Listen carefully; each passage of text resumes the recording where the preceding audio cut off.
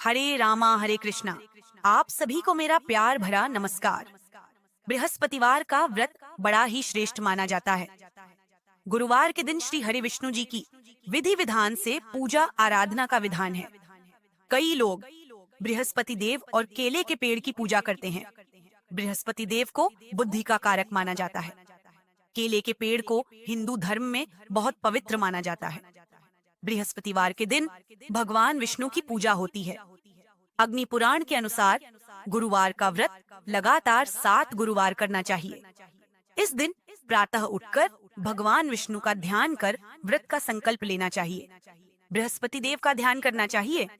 इस दिन पीले वस्त्र पीले फल का प्रयोग करना चाहिए।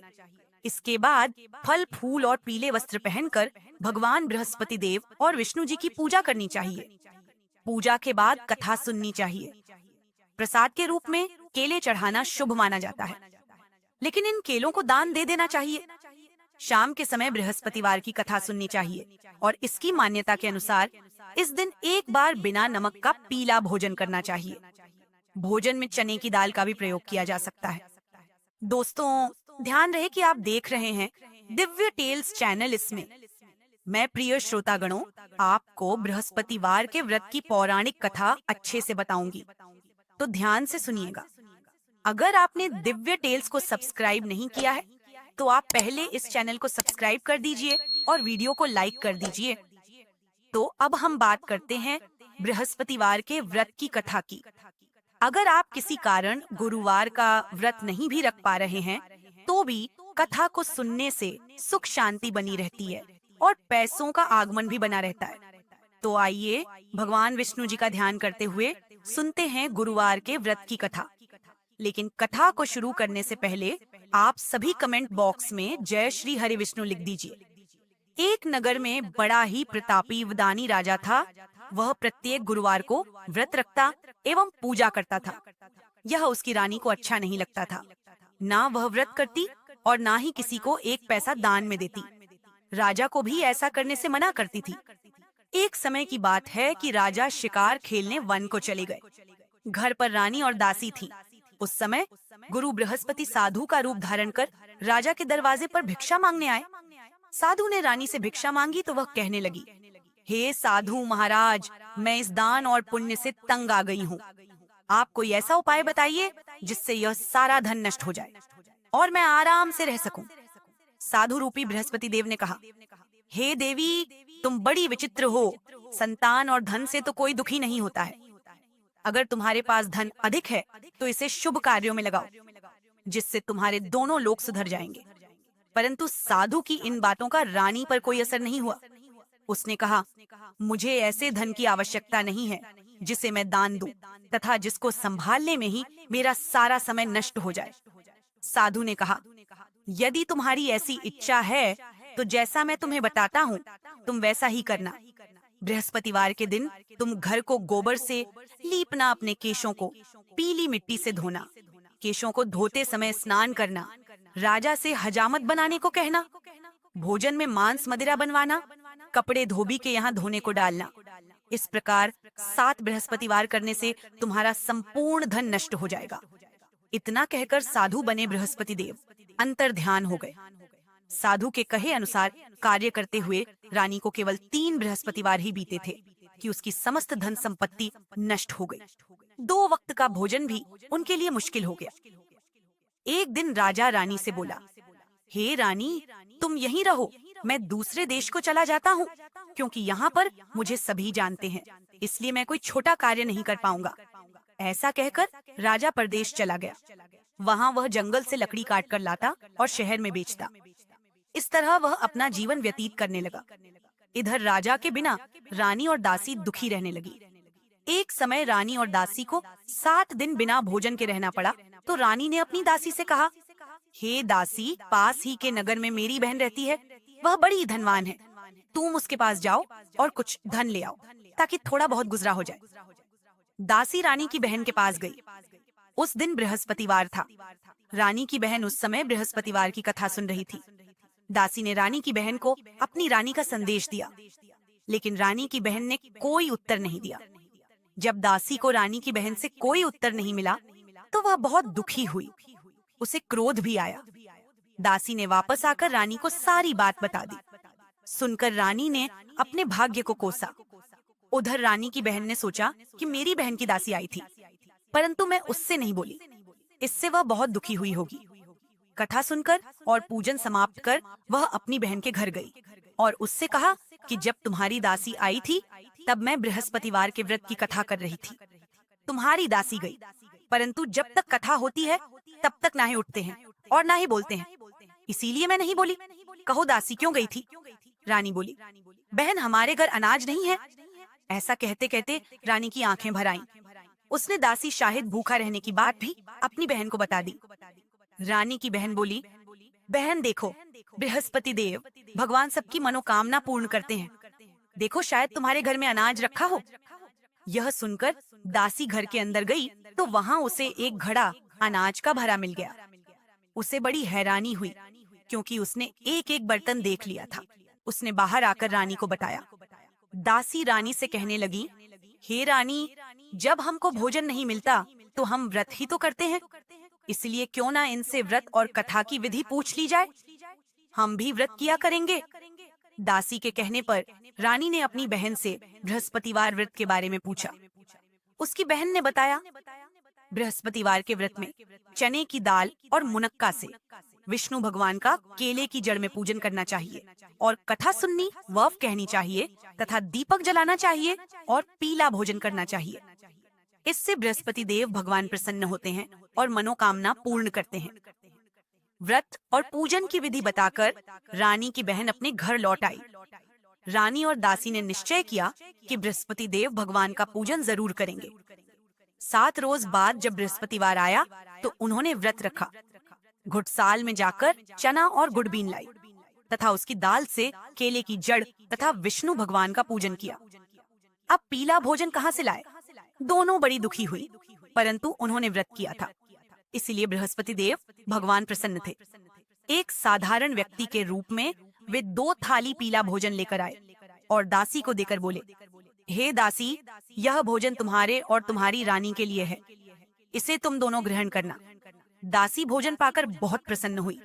उसने रानी को सारी बात बताई। उसके बाद से वे प्रत्येक बृहस्पतिवार को गुरु भगवान का व्रत और पूजन करने लगी। बृहस्पति भगवान की कृपा से उनके पास धन हो गया, परंतु रानी फिर पहले की तरह आलस करने लगी। तब दासी बोली, देखो रानी, तुम पहले भी इस प्रकार आलस करती थी, तुम्हें धन के रखने में कष्ट होता था, इस कारण सभी धन नष्ट हो गया। अब गुरु भगवान की कृपा से धन मिला है तो फिर तुम्हें आलस आने लगे हैं। बड़ी मुश्किल से हमने यह धन वापस पाया है, इसलिए हमें दान पुण्य करना चाहिए। भूखे मनुष्यों को भोजन कराओ, प्याऊ लगवाओ, ब्राह्मणों को दान दो, कुआं, तालाब, बावड़ी आदि का निर्माण करवाओ, मंदिर पाठशाला बनवाना चाहिए, कुंवारी कन्याओं का विवाह करवाओ, अर्थात धन को शुभ कार्यों में खर्च करो, जिससे तुम्हारे कुल का यश बढ़े तथा स्वर्ग प्राप्त हो और पितृ प्रसन्न हो। दासी की बात मानकर रानी शुभ कर्म करने लगी। उसका यश फैलने लगा। एक दिन रानी और दासी आपस में विचार करने लगी कि ना जाने राजा किस दशा में होंगे, उनकी कोई खोज खबर भी नहीं है। उन्होंने श्रद्धा पूर्वक बृहस्पति भगवान से प्रार्थना की कि राजा जहाँ कहीं भी हो जल्दी वापस आ जाए। उधर राजा परदेश में बहुत दुखी रहने लगा। वह प्रतिदिन जंगल से लकड़ी बीन कर लाता और उसे शहर में बेचकर अपने जीवन को बड़ी कठिनाई से व्यतीत करता। एक दिन दुखी होकर अपनी पुरानी बातों को याद करके वह रोने लगा और उदास हो गया। उसी समय राजा के पास बृहस्पति देव साधु के वेश में आकर बोले कि तुम इस सुनसान जंगल में किस चिंता में बैठे हो, मुझे बताओ। यह सुन राजा के नेत्रों में जल भर आया। साधु की बात सुनकर राजा ने अपनी संपूर्ण कहानी सुना दी। राजा की बात सुनकर साधु राजा से बोले, हे राजा, तुम्हारी पत्नी ने बृहस्पति देव का अपमान किया था, जिसके कारण तुम्हारी यह दशा हुई। अब तुम चिंता मत करो, भगवान तुम्हें पहले से अधिक धन देंगे। देखो, तुम्हारी रानी ने बृहस्पतिवार का व्रत प्रारंभ कर दिया है। अब तुम भी बृहस्पतिवार का व्रत करके चने की दाल गुड़ जल के लोटे में डालकर केले का पूजन करना, फिर कथा कहना। भगवान तुम्हारी सब मनोकामनाएं पूर्ण कर देंगे। साधु की बात सुनकर राजा बोला, हे प्रभु, लकड़ी बेचकर तो इतना पैसा भी नहीं बचता जिससे भोजन के उपरांत कुछ बचा सकूं। मैंने रात्रि में अपनी रानी को व्याकुल देखा है। मेरे पास कोई साधन नहीं जिससे उसका समाचार जान सकूं। फिर मैं कौन सी कहानी कहूँ, यह भी मुझको मालूम नहीं है। साधु ने कहा, हे राजा, मन में बृहस्पति भगवान के पूजन व्रत का निश्चय करो। वे स्वयं तुम्हारे लिए कोई राह बना देंगे। बृहस्पतिवार के दिन तुम रोजाना की तरह लकड़ियां लेकर शहर में जाना। तुम्हें रोज से दुगुना धन मिलेगा, जिससे तुम भली भांति भोजन कर लोगे तथा बृहस्पति देव की पूजा का सामान भी आ जाएगा। बृहस्पतिवार की कथा इस प्रकार है। प्राचीन काल में एक बहुत ही निर्धन ब्राह्मण रहता था। उसकी कोई संतान नहीं थी। वह नित्य पूजा पाठ करता था। उसकी स्त्री ना स्नान करती और ना किसी देवता का पूजन करती थी। इस कारण ब्राह्मण देवता बहुत दुखी रहते थे। भगवान की कृपा से ब्राह्मण के यहाँ एक कन्या उत्पन्न हुई। कन्या बड़ी होने लगी। प्रातः स्नान करके वह भगवान विष्णु का जप करती थी। बृहस्पतिवार का व्रत भी करने लगी। पूजा पाठ समाप्त कर पाठशाला जाती तो अपनी मुट्ठी में जौ भर के ले जाती और पाठशाला के मार्ग में डालती जाती। लौटते समय वही जौ सोने के हो जाते तो उनको उठाकर घर ले आती।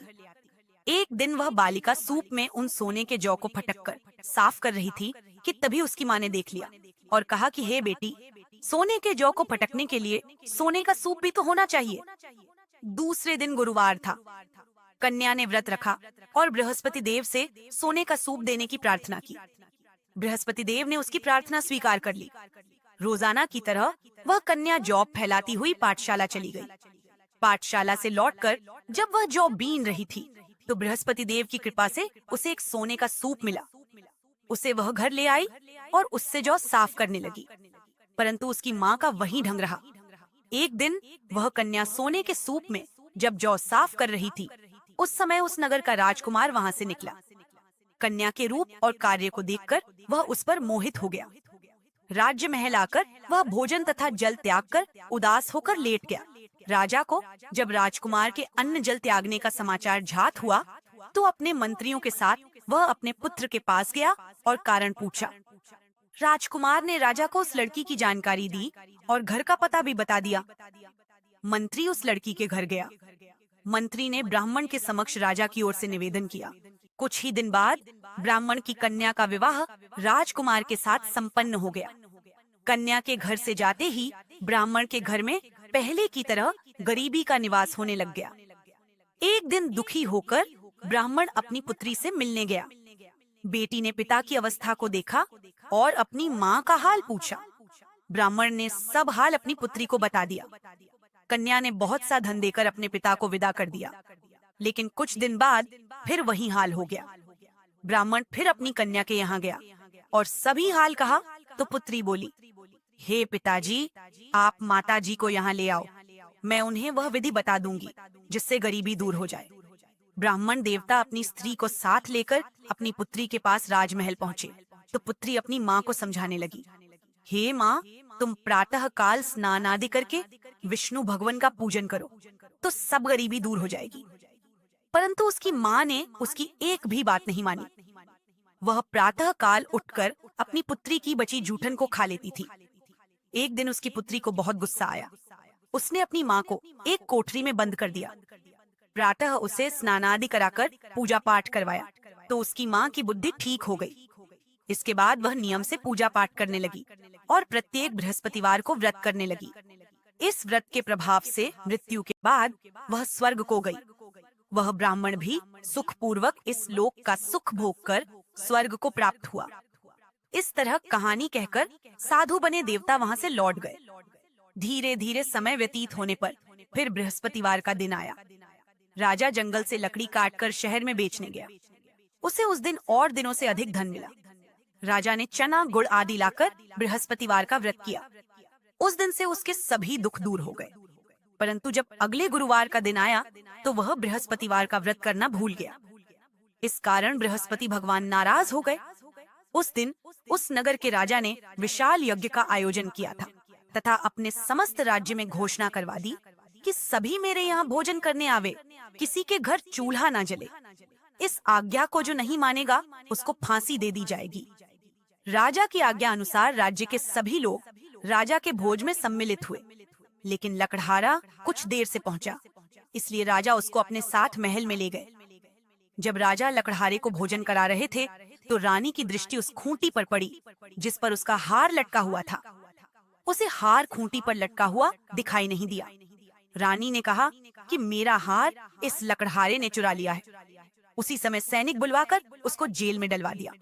लकड़हारा जेल में विचार करने लगा कि न जाने कौन से पूर्व जन्म के कर्म से मुझे यह दुख प्राप्त हुआ है, और जंगल में मिले साधु को याद करने लगा। तत्काल बृहस्पति देव साधु के रूप में प्रकट हो गए और कहने लगे, अरे मूर्ख, तूने बृहस्पति देवता की कथा नहीं की, उसी कारण तुझे यह दुख प्राप्त हुआ है। अब चिंता मत कर, बृहस्पतिवार के दिन जेल के दरवाजे पर तुझे 4 पैसे पड़े मिलेंगे।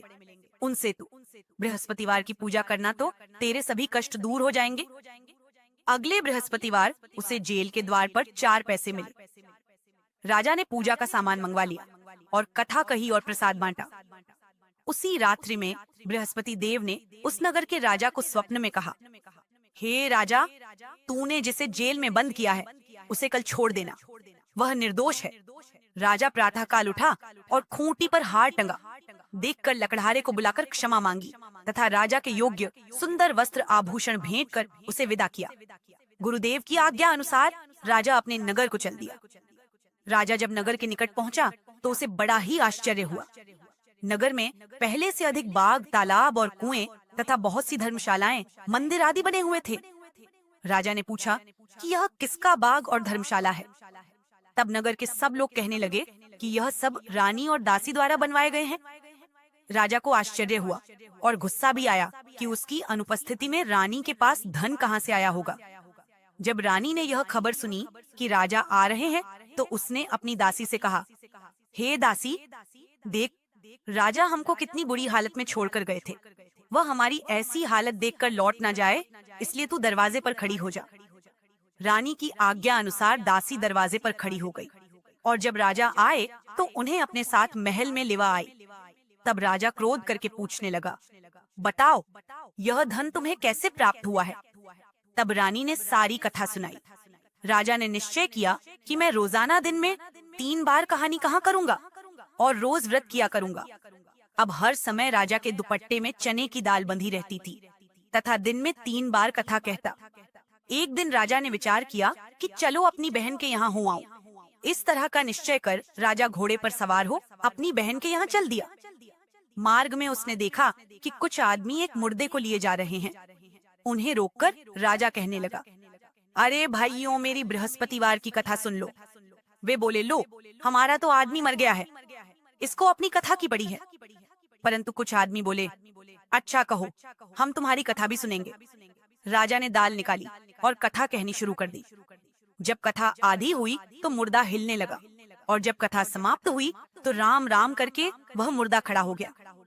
राजा आगे बढ़ा, उसे चलते चलते शाम हो गई। आगे मार्ग में उसे एक किसान खेत में हल चलाता मिला। राजा ने उससे कथा सुनने को कहा, लेकिन वह नहीं माना। राजा आगे चल पड़ा। राजा के हटते ही बैल पछाड़ खाकर गिर गए तथा किसान के पेट में बहुत जोर से दर्द होने लगा। उसी समय किसान की माँ रोटी लेकर आई। उसने जब देखा तो अपने पुत्र से सब हाल पूछा। बेटे ने सभी हाल बता दिया। बुढ़िया दौड़ी दौड़ी उस घुड़सवार के पास पहुंची और उससे बोली, मैं तेरी कथा सुनूंगी, तू अपनी कथा मेरे खेत पर ही चलकर कहना। राजा ने लौटकर बुढ़िया के खेत पर जाकर कथा कही, जिसके सुनते ही बैल खड़े हो गए तथा किसान के पेट का दर्द भी बंद हो गया। राजा अपनी बहन के घर पहुंच गया। बहन ने भाई की खूब मेहमान नवाजी की। दूसरे रोज प्रातः काल राजा जागा तो वह देखने लगा कि सब लोग भोजन कर रहे हैं। राजा ने अपनी बहन से जब पूछा, ऐसा कोई मनुष्य है जिसने भोजन नहीं किया हो, जो मेरी बृहस्पतिवार की कथा सुन ले? बहन बोली, हे भैया, यह देश ऐसा ही है जहाँ लोग पहले भोजन करते, बाद में कोई अन्य काम करते हैं। फिर वह एक कुम्हार के घर गई, जिसका लड़का बीमार था। उसे मालूम हुआ कि उसके यहाँ 3 दिन से किसी ने भोजन नहीं किया है। रानी ने अपने भाई की कथा सुनने के लिए कुम्हार से कहा। वह तैयार हो गया। राजा ने जाकर बृहस्पतिवार की कथा कही, जिसको सुनकर उसका लड़का ठीक हो गया। अब तो राजा की प्रशंसा होने लगी। एक दिन राजा ने अपनी बहन से कहा, हे बहन, मैं अब अपने घर जाऊंगा, तुम भी तैयार हो जाओ। बहन ने अपनी सास से अपने भाई के साथ जाने की आज्ञा मांगी। सास बोली, हाँ चली जा, मगर अपने लड़कों को मत ले जाना, क्योंकि तेरे भाई के कोई संतान नहीं होती है। बहन ने अपने भाई से कहा, हे भैया, मैं तो चलूंगी, मगर कोई बालक नहीं जाएगा। अपनी बहन को भी छोड़कर दुखी मन से राजा अपने नगर को लौट आया। राजा ने अपनी रानी से सारी कथा बताई और बिना भोजन किए वह शैया पर लेट गया। रानी बोली, हे प्रभु, बृहस्पति देव ने हमें सब कुछ दिया है, वे हमें संतान अवश्य देंगे।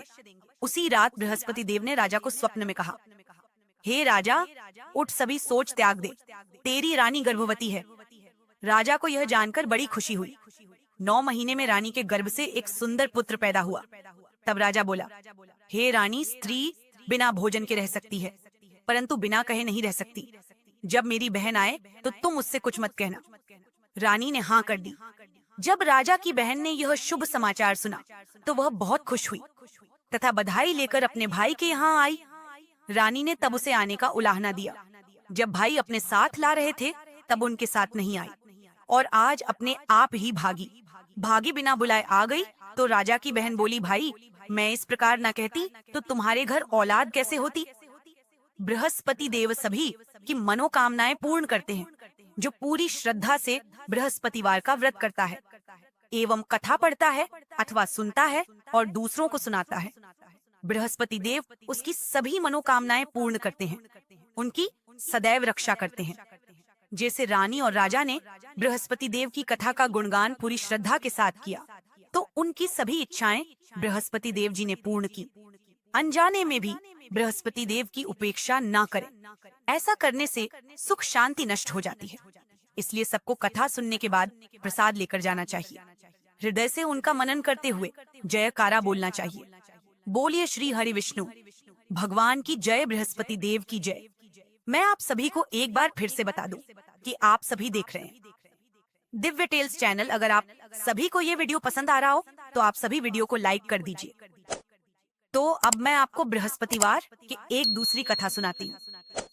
एक दिन इंद्र बड़े अहंकार से अपने सिंहासन पर बैठे थे और बहुत से देवता, राक्षस, गंधर्व, किन्नर आदि सभी लोग सभा में उपस्थित थे। जब बृहस्पति जी वहाँ पर आए तो सब के सब उनके सम्मान के लिए खड़े हो गए, परंतु इंद्र घमंड के कारण खड़े नहीं हुए। यद्यपि इंद्र सदैव उनका आदर किया करता थे। बृहस्पति जी अपना अनादर समझते हुए वहाँ से उठकर चले गए। तब इंद्र को बड़ा शोक हुआ कि मैंने गुरुजी का अनादर कर दिया, मुझसे बड़ी भारी भूल हो गई। गुरुजी के आशीर्वाद से ही मुझको यह वैभव मिला है, उनके क्रोध से यह सब नष्ट हो जाएगा। इसलिए उनके पास जाकर मुझे उनसे क्षमा मांगनी चाहिए, जिससे उनका क्रोध शांत हो जाए और मेरा कल्याण हो। ऐसा विचार कर इंद्र उनके स्थान पर गए। जब बृहस्पति जी ने अपने योग्य बल से यह जान लिया कि इंद्र क्षमा मांगने के लिए आ रहा है, तब क्रोधवश उनसे भेंट करना उचित ना समझकर अंतर्ध्यान हो गए। जब इंद्र ने बृहस्पति जी को घर पर ना देखा तब निराश होकर लौट आए। जब दैत्यों के राजा विश्ववर्मा को यह समाचार मिला तो उन्होंने अपने गुरु शुक्राचार्य की आज्ञा से इंद्रपुरी को चारों तरफ से घेर लिया। गुरु की कृपा ना होने के कारण देवता हारने व मार खाने लगे। तब उन्होंने ब्रह्मा जी को विनय पूर्वक सब वृतांत सुनाया और कहा कि महाराज, दैत्यों से किसी प्रकार हमें बचाइए। तब ब्रह्मा जी कहने लगे कि तुमने बड़ा अपराध किया है जो गुरुदेव को क्रोधित किया। अब तुम्हारा कल्याण इसी में है कि त्वष्टा ब्राह्मण का पुत्र विश्वरूपा बड़ा तपस्वी और ज्ञानी है, उसे अपना पुरोहित बनाओ तो तुम्हारा कल्याण हो सकता है। यह वचन सुनते ही इंद्र त्वष्टा के पास गए और बड़ी विनम्रता से कहने लगे कि आप हमारे पुरोहित बनिए, जिससे हमारा कल्याण हो। त्वष्टा ने उत्तर दिया कि पुरोहित बनने से तपोबल घट जाता है, परंतु तुम बहुत विनती कर रहे हो, इसीलिए मेरा पुत्र विश्वरूपा पुरोहित बनकर तुम्हारी रक्षा करेगा। विश्वरूपा ने पिता की आज्ञा से पुरोहित बनकर ऐसा प्रयास किया कि हरि इच्छा से विश्ववर्मा को युद्ध में जीतकर अपने इंद्रासन पर स्थित हो गए। विश्वरूपा के तीनों मुख में से एक मुख से सोमपली लता का रस निकाल पीते थे, दूसरे मुख से वे मदिरा पीते और तीसरे मुख से भोजन करते। इंद्र ने कुछ दिनों उपरांत कहा कि मैं आपकी कृपा से यज्ञ करना चाहता हूँ। जब विश्वरूपा की आज्ञा अनुसार यज्ञ प्रारंभ हो गया, तब एक दैत्य ने विश्वरूपा से कहा कि तुम्हारी माता दैत्य की कन्या है, इस कारण हमारे कल्याण के लिए एक आहुति दैत्यों के नाम पर भी दे दीजिए तो अति उत्तम होगा। विश्वरूपा ने उस दैत्य की बात मानकर आहुति देते समय दैत्य के नाम भी धीरे धीरे से लेने लगे। इसी कारण यज्ञ करने से देवताओं का तेज नहीं बढ़ा।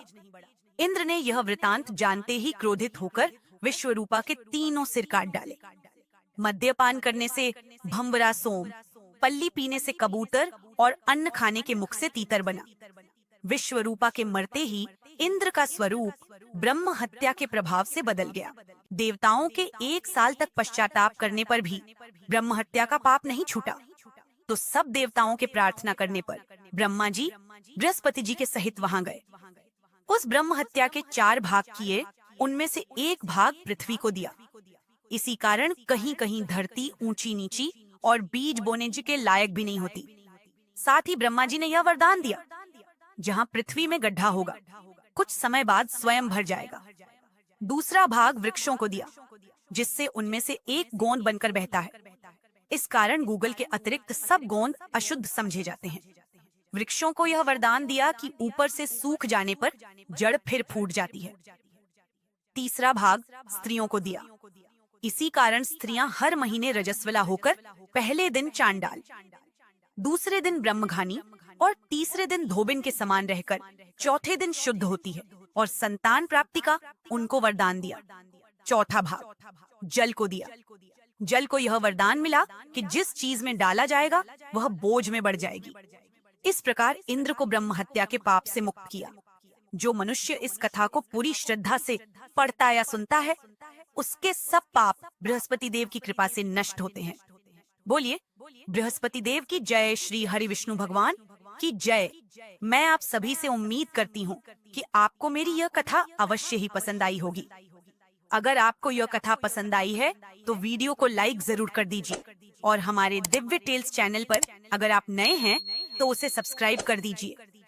तो एक बार फिर पूरी श्रद्धा से बोलिए बृहस्पति देव भगवान की जय। श्री हरि विष्णु भगवान की जय।